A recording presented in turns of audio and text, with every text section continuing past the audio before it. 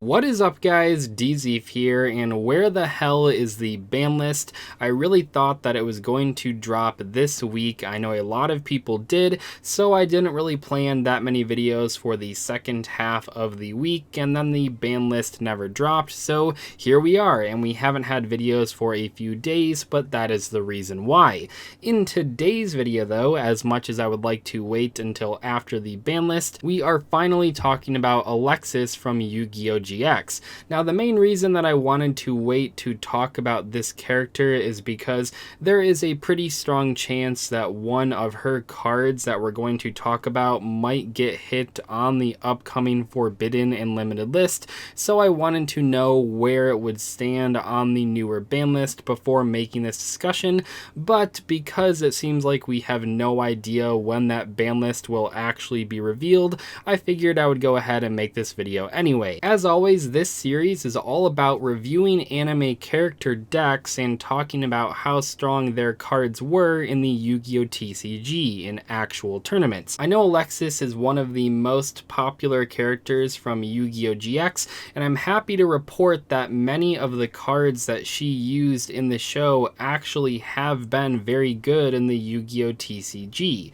First up, let's talk about Pot of Greed. Like many characters from Yu-Gi-Oh! GX or the original Yu-Gi-Oh! Series, she did use a banned card, or at least a card that is currently banned in the TCG. Now, playing one Pot of Greed isn't that crazy. A lot of the other characters we've looked at have played tons of currently banned cards, but all I could really find on her was that Pot of Greed, which obviously is a very strong card. Alexis mainly used a Cybergirl deck in the Yu-Gi-Oh! GX show. She did have a White Knight deck as well, but that deck wasn't that great as far as the TCG goes, but the Cybergirl deck actually featured plenty of really powerful cards, including, of course, Cyber Angel Ben 10, a card that is currently seen play in every single Drytron deck in modern Yu-Gi-Oh!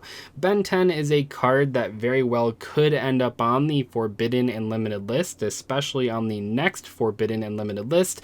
I recently ran a poll and a lot of you guys agreed with me that the card would probably be limited, but at this point we really have no idea.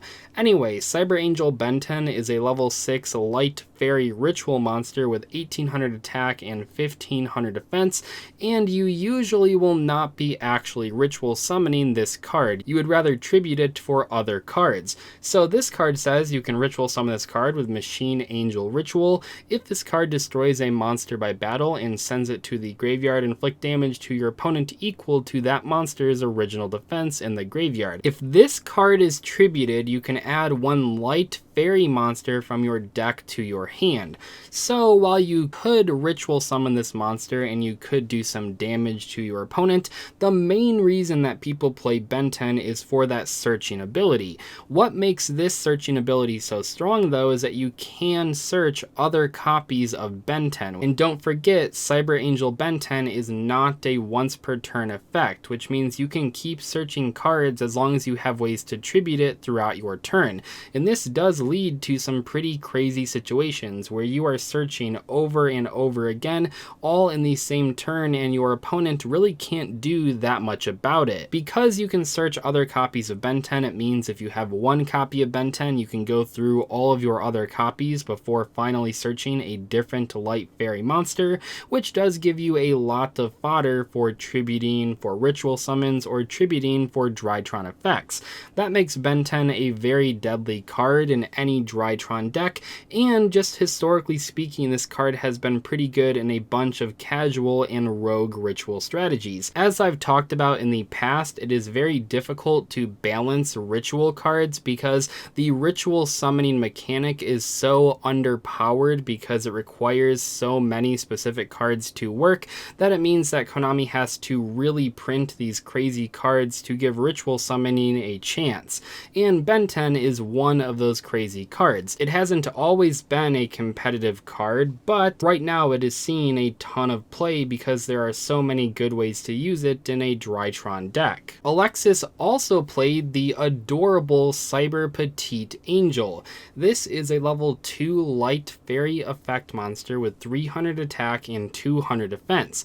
This card is currently played usually in Drytron as a one-of, and it is pretty useful in certain situations.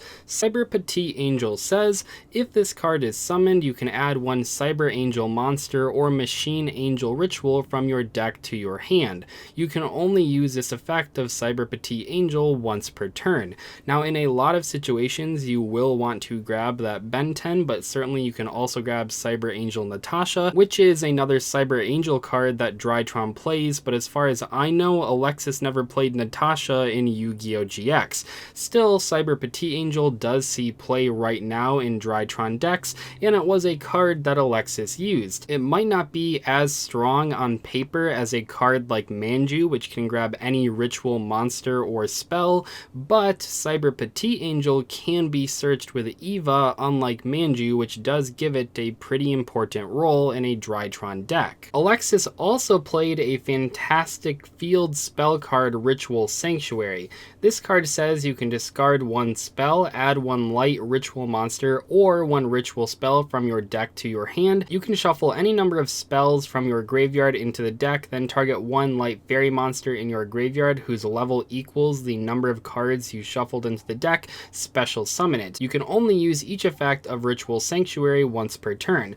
While never a card that was ever at the forefront of competition, it was a card that was featured in plenty of topping rogue decks. Most notably, we saw it in Herald of Perfection decks a few years back, and in those decks it was very good for digging through your deck to your important cards. Now, as I've mentioned not only in this video but also the other videos in this series, I mostly want to focus on cards that saw play in the TCG format, but I think I have to mention with Cyber Angels that there were other Cyber Angel cards that saw play in Yu-Gi-Oh! Duel Links, and in fact were some of the best cards in the game for a little while.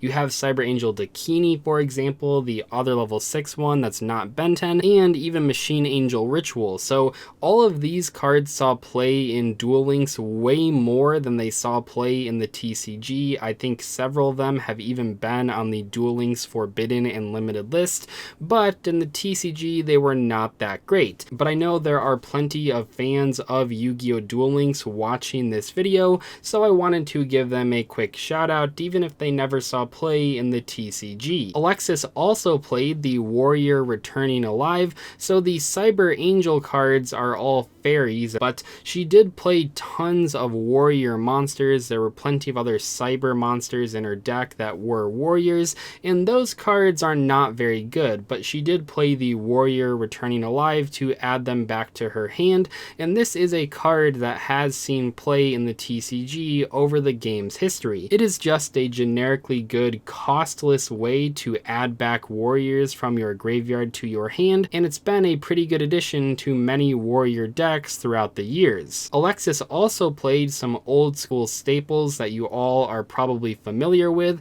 Cards like Scapegoat and MST and Call of the Haunted were all cards that she played in her deck, which was pretty impressive. Obviously, with anime decks, you never really know what you're going to get. These characters are not really building these decks for consistency, they are being built for the plot, so sometimes they don't actually have good cards like these ones.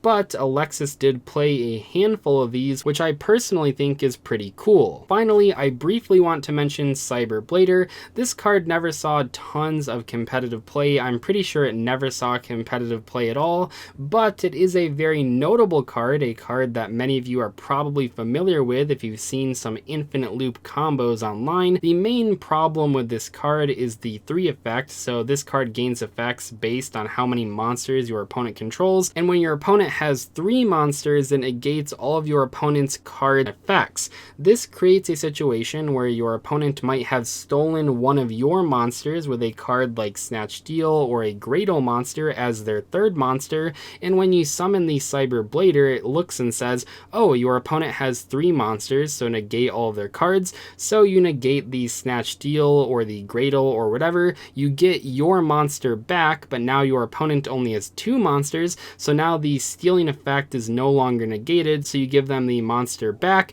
but now they have 3 monsters again, so you get the card back, and it goes on forever with no real end goal. With most online simulators, when you try to do this combo, it actually won't work because the simulator knows you are trying to perform an infinite loop, but I think for this reason, Cyberblader is pretty notable just for being the cause of these infinite loops, even if it never saw play in the TCG at tournaments. Anyway, that is all for today's video. I hope you guys enjoyed it. Let me know in the comment section below which anime characters' cards you want me to review in the next episode. If you guys have missed any of the previous episodes, I will make sure to link the playlist of all of them at the end of today's discussion. I'll see you guys later. Thank you so much for watching. Goodbye.